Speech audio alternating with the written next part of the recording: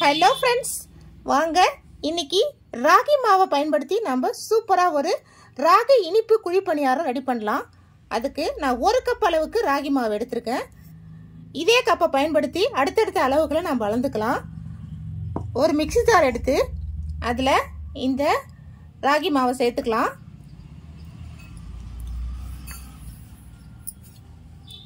எந்த கப்பில் நான் ராகி மாவு எடுத்தனோ அதே கப்பில் 1/2 கப் அளவுக்கு ரவை சேர்த்துக்கலாம்.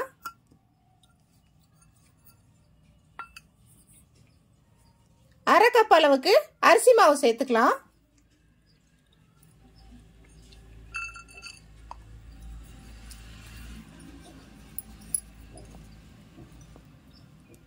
அரை கப் அளவுக்கு தேங்காய் துருக்கல் சேர்த்துக்கலாம். நீங்க கொஞ்சம் கூடுதலாக கூட சேர்த்துக்கலாம், டேஸ்ட் சூப்பரா இருக்கும். இதோட ஒரு 3 ஏலக்காய் சேர்த்துக்கலாம்.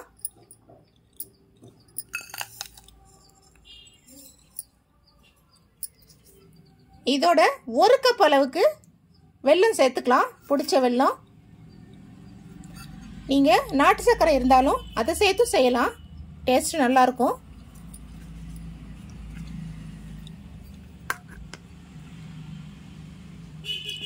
நம்ம எந்த கப்பில் ராகி மாவு எடுத்தோமோ அதே கப்பில் 2 கப் அளவுக்கு தண்ணி சேர்த்துக்கலாம்.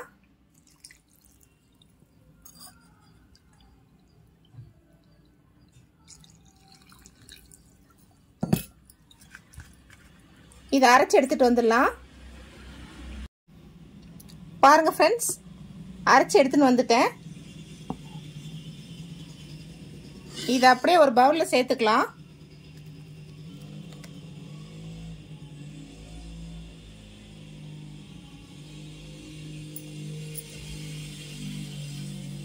சேர்த்துட்டு இதோட ஒரு 2 சிட்டிகை அளவுக்கு ஆப்ப சோடா சேர்த்துக்கலாம். சமையல் சோடான்னு சொல்லுவாங்கல்ல அது. இதோட இந்த மாவுக்கு தேவையான உப்பு சேர்த்துக்கலாம். சேர்த்துட்டு இதை அப்படியே மிக்ஸ் பண்ணிட்டு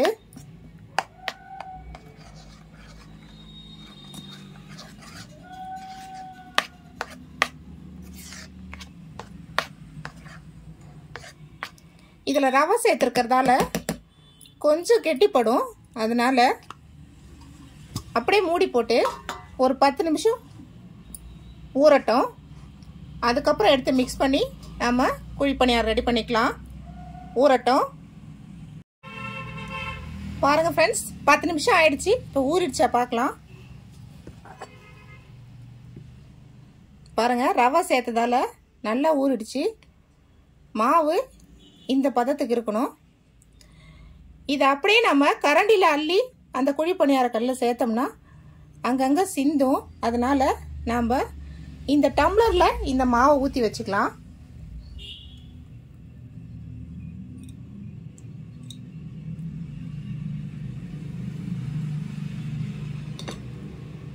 ஊற்றி எடுத்துக்கிட்டேன். இப்போ இதை குழி பணியார கல்லில் சேர்த்து வேக வச்சுக்கலாம். பாருங்க ஃப்ரெண்ட்ஸ், ஸ்டவ்ல நான் குழி பணியார கல் வச்சு அதை சூடு பண்ணியிருக்கேன். இதில் நெய்யும் எண்ணெயும் சேர்த்து 2 கலந்து வச்சிருக்கேன். நீங்கள் வெறுமனே நெய் சேர்த்து கூட செய்யலாம். இதை அப்படியே இந்த கல்லில் சேர்த்துக்கலாம்.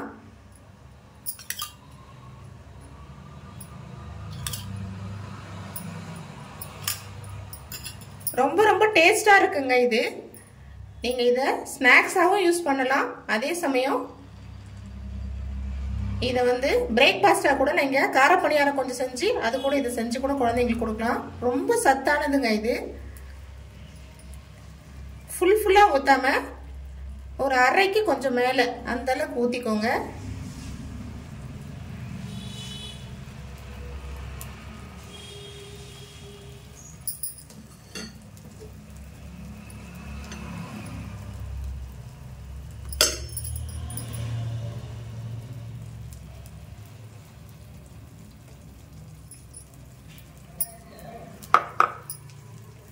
இதை அப்படியே ஒரு மூடி போட்டு மூடி வச்சிடலாம்.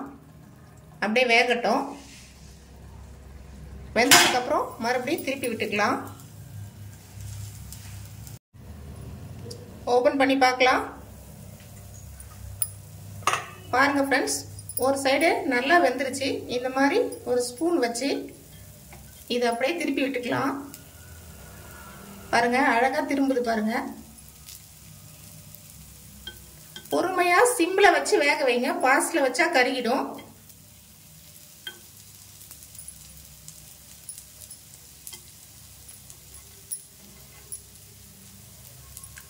ராகில எவ்வளவு நன்மைகள் இருக்குன்னு உங்களுக்கு தெரியும். High rich protein content, iron கண்டென்ட்டுங்க. இது குழந்தைங்களுக்கு ரொம்ப ரொம்ப பிடிக்கும் இந்த குழிப்பணியாரம். நீங்க ஒரு தடவை செஞ்சு கொடுத்து பாருங்க, அடுத்த தடவையும் செஞ்சு கொடுங்கன்னு சொல்லிட்டு குழந்தைங்க கேட்பாங்க. பாருங்க, சூப்பரா திருப்பி விட்டுட்டேன். கொஞ்ச நேரம் வேகட்டும்னு எடுத்துடலாம். பாருங்க ஃப்ரெண்ட்ஸ், நல்லா வெந்துருச்சு. அப்படியே இதை எடுத்துக்கலாம். பாருங்க, அப்படியே பிளேட்டுக்கு எடுத்துக்கலாம். சூப்பரா ரெடி ஆயிடுச்சு பாருங்க.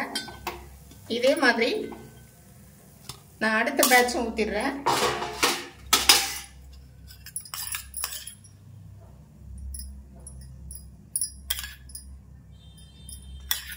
நீங்க மாவு ஊத்துறப்ப மட்டும் கொஞ்சம் அரை அளவு இருக்கிற மாதிரி ஊத்திக்கோங்க. ஃபுல்லா ஊத்துனீங்கன்னா இது ஃபுல்லா வழிஞ்சு வரும்.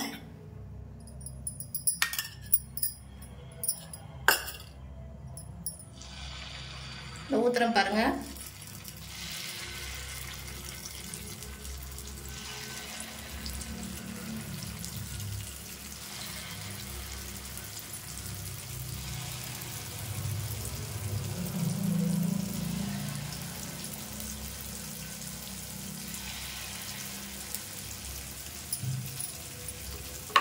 அவ்வளவுதான் ஃப்ரெண்ட்ஸ், மூடி போட்டு வேக வைக்கலாம். இந்த பேட்ச் எடுத்துட்டு உங்களுக்கு சர்வ் பண்ணிட்டு காமிக்கிறேன். பாருங்க ஃப்ரெண்ட்ஸ், நம்ம ராகி பணியாரம் சுட சுட சுவையா ரெடி ஆயிடுச்சு. எவ்வளோ சாஃப்டா இருக்கு பாருங்க. பாருங்க, எவ்வளோ சூப்பரா இருக்குது. இதே மாதிரி நீங்களும் செஞ்சு பாருங்க. செஞ்சு குழந்தைங்களுக்கும் வீட்டில் இருக்கிறவங்களுக்கும் கொடுங்க. ரொம்ப ஹெல்த்தானதுங்க. இது உடம்புக்கு ரொம்ப வலுவை தரக்கூடியது. இதை அடிக்கடி உணவுல சேர்த்துக்கோங்க. இந்த ரெசிபி உங்களுக்கு பிடிச்சிருந்தா லைக் பண்ணுங்க, ஷேர் பண்ணுங்க. அப்படியே மறக்காம நம்ம சேனலை சப்ஸ்கிரைப் பண்ணிக்கோங்க. Thank you friends.